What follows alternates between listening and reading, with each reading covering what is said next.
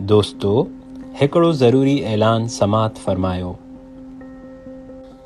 जीअं त अवां जे इल्म में हूंदो कि पाकिस्तान समेत पूरी दुनिया हिन वक़्तु करोना वायरस खां परेशान आहे।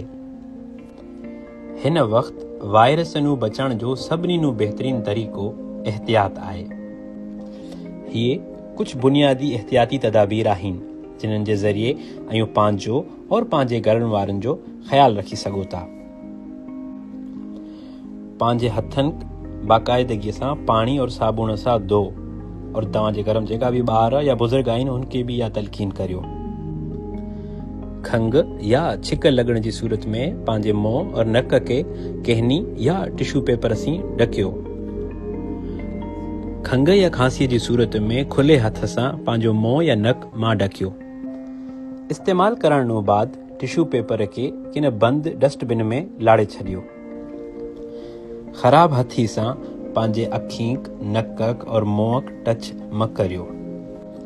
बग़ैर किन अहम वजह जे इलाही रश वारी जगह ते इलाही माणी जे दरमियान वञण नूं पाणक बचायो। कोशिश करियो कि हरूभरू माण्हुनि सां हथ मिलाइण सां उन्हें टच करण नूं पाणक बचायो। इहो न सिर्फ़ अवां लाइ फ़ाइदेमंद आहे बल्कि अॻिले माण्हू लाइ भी फ़ाइदेमंद आहे।